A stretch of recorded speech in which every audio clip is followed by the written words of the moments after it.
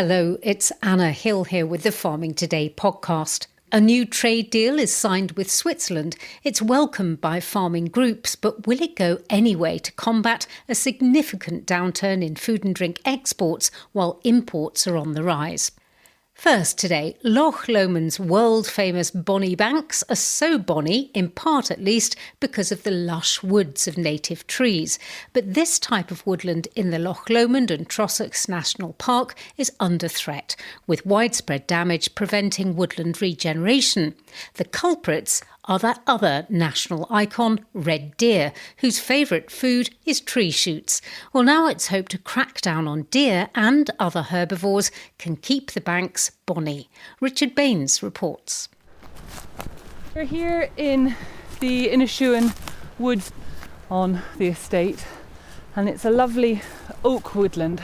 Nicola Colhoun manages her family's 7,000 hectare estate near Crianlarich, here in the national park. It's a lovely mosaic, so in areas around the burns we get a lot more birch coming up, whilst in other areas, there's big stands of oak trees. But that makes it actually more attractive for deer. Yes, absolutely.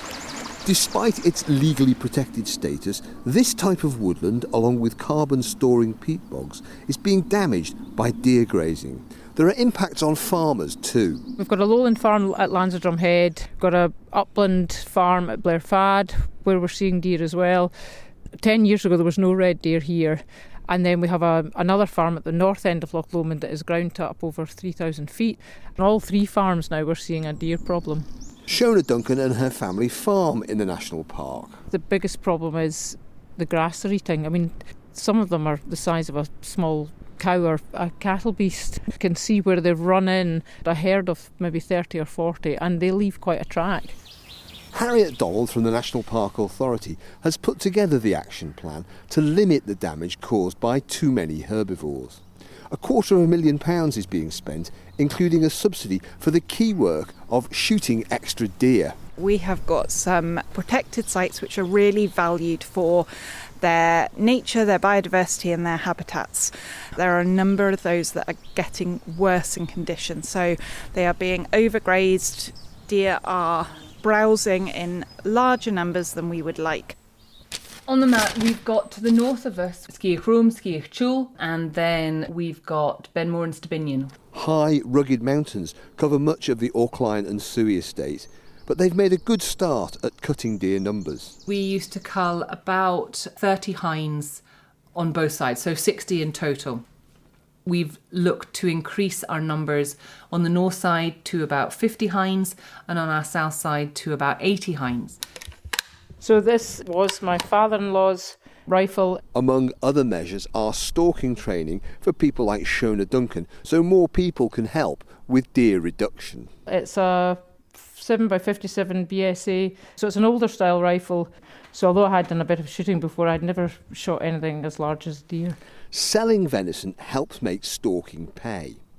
But special facilities are needed to handle deer shot in the wild to ensure the safety of the meat. There were not enough of these to deal with higher numbers of carcasses, so help has been given to increase capacity. There was a lot of carcasses getting wasted. They would end up down at the local safari park down at Blair Drummond for the lion food. I'm pretty sure the lions would be really happy about it, but for me being a butcher, I see that as a bit of a waste as well. Butcher Graham Denham in Aberfoyle has benefited. So in here, the 3x4 metre mobile chiller. Got enough space roughly to hang a dozen venison carcasses in for over here. That meat could be sold under a special brand being planned by the Park Authority. The Loch Lomond venison brand would be a great idea if that's something that we could make happen. There'll always be plenty for me to process. Butcher Graham Denholm ending that report by Richard Baines. Now, as we're travelling around the UK this summer to the major agricultural shows, we decided to take a closer look at devolved agricultural policy in the four nations. This week we're looking at England.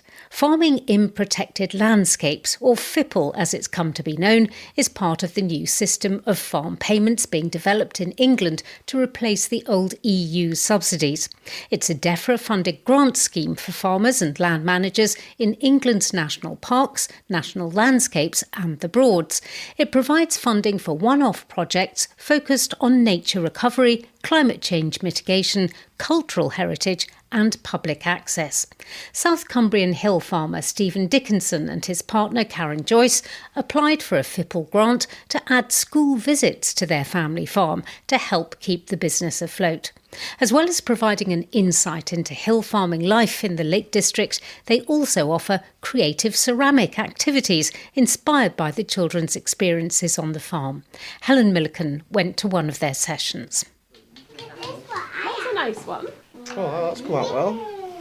Inside the tailor-made classroom here at Abbott Park, these children are absolutely in their element today. How big a part of your farming enterprise can you see this becoming? It's been a success and kids have got a lot out of it, and talking to other farmers who've done it, they've got skills wanting to come and pay to come and do it as well. People have paid us, so it's been cost nothing to the schools. They've just had to pay for the transport to get here. Carol, Stephen's mum, you've been keeping a watching eye over this development on your farm. Yeah. What have you made of it? Over the years, you've had to keep finding different things to keep going. Just because you wanted to farm doesn't mean you can just only farm. We have a little campsite and we have 2 little bunk barns. Now we've added this to it. You've just got to keep going and finding different things to do. I've always gone out and worked full time, usually mechanicking. 2 years ago, Mum needed a hip doing, so it was sort of either farm or you don't. So you have to look at things how to still make an income.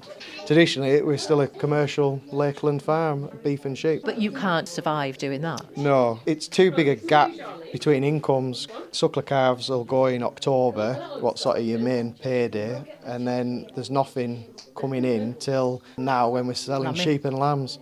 So it's all about cash flow because you've still got bills to pay every month, hence doing different things. How much of a challenge is it for you to be constantly thinking of new ways to help you do what you want to do? I think it does get harder because there's that many ice cream parlours, there's that many people now selling milk and things out of machines, there's that many holiday cottages, camping and glamping. Unless you're the first in and doing it, the market for everything soon gets saturated because the government tells everyone to do the same thing and there's only so many in an area. I think what's helped us with the school visits, we've gone into ceramics. We're offering something different. So from 16, we went out as a tractor mechanic. I was offered a job in the shipyard as a plant mechanic, and that was a very good job. But I think at the end of it, your heart's back in the farm, up in the hills. And you must see a future for it. I always say it's a good job farmers are like goldfish once round the ball. You've forgotten how bad it was last year, but it's a way of life with FIPL and things. It helps you to keep going forward. The idea is we want to keep it a traditional farm and keep it really how it always has been. The benefits of FIPL funding here are obvious, oh, yes. But it comes to an end. Yeah. Then you have to start looking for something else. Yeah, but in all my years, I've got this attitude. We've worked, but we've been lucky, and always something turns up.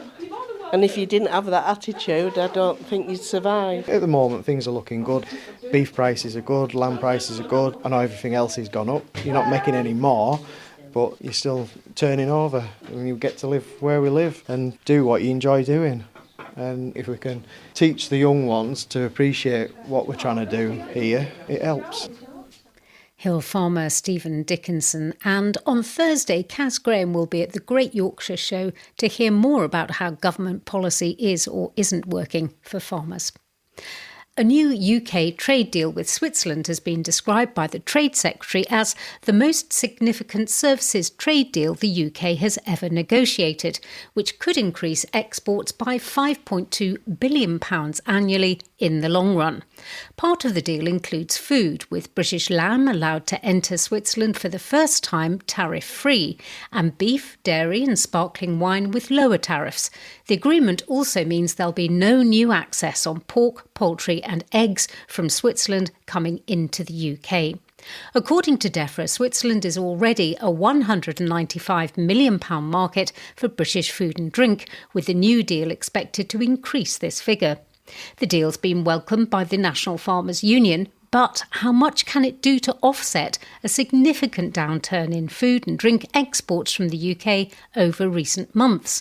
The Food and Drink Federation's figures show UK food export volumes declined in the first quarter of 2026 compared to the year before.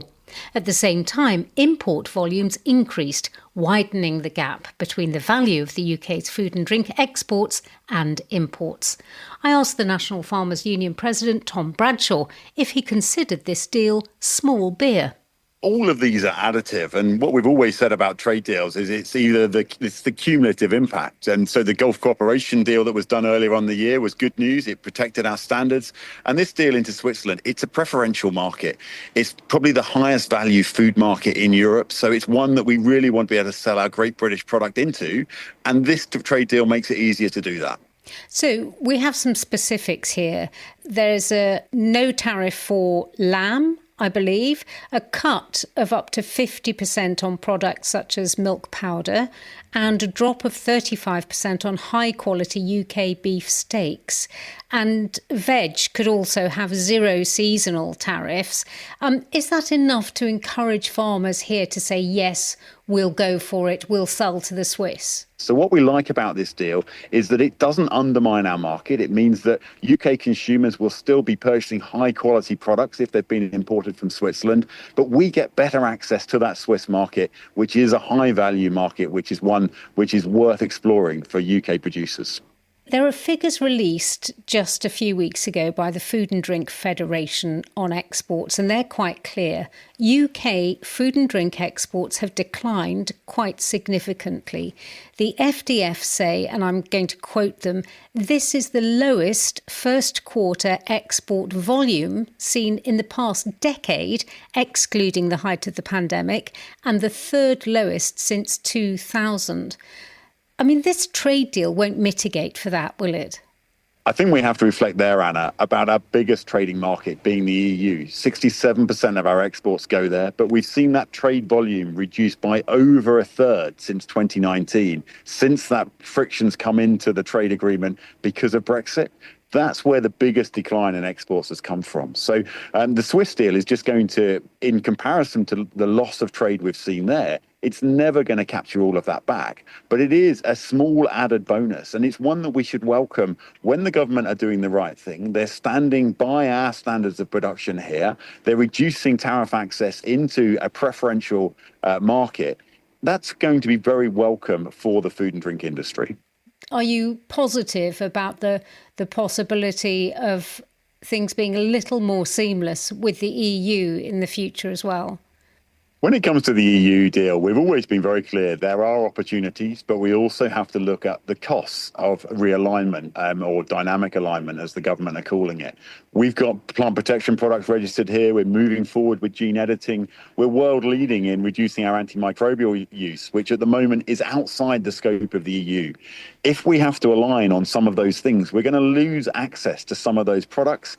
And it's all about the transition arrangements to make sure that farmers and businesses have the proper amount of time to prepare and we don't lose access to those products. So our negotiating team with the last two deals with Switzerland and the Gulf Cooperation Agreement have demonstrated they are willing and can stand up for our high standards of production. They can reduce tariffs on access to those markets. I hope that they're going to take that forwards into the EU negotiation and be willing to stand up for what we need to get the correct transitional arrangements.